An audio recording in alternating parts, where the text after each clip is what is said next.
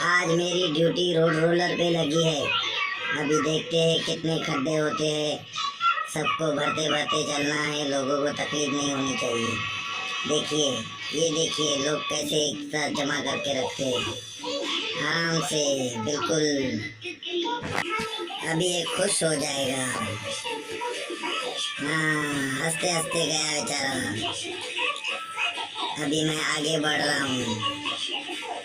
आगे बढ़ते देखते और कितने खड्डे बीच में पड़े हैं।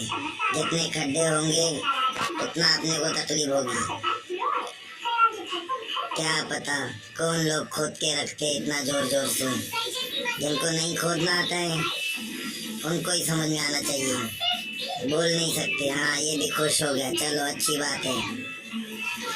चलो आगे चलो, आगे चलो। अभी एक और आया है। और एक खड्डा आने वाला है। बिल्कुल, और एक खड्डा आने वाला है यहाँ पे। ये क्या? अरे बाप रे, और एक खड्डा मिल गया। इतना अच्छा खड्डा भरता हूँ मैं। बहुत अच्छा। चलो आगे बढ़ो, आगे बढ़ो, आगे बढ़ो। चलो आगे चलो।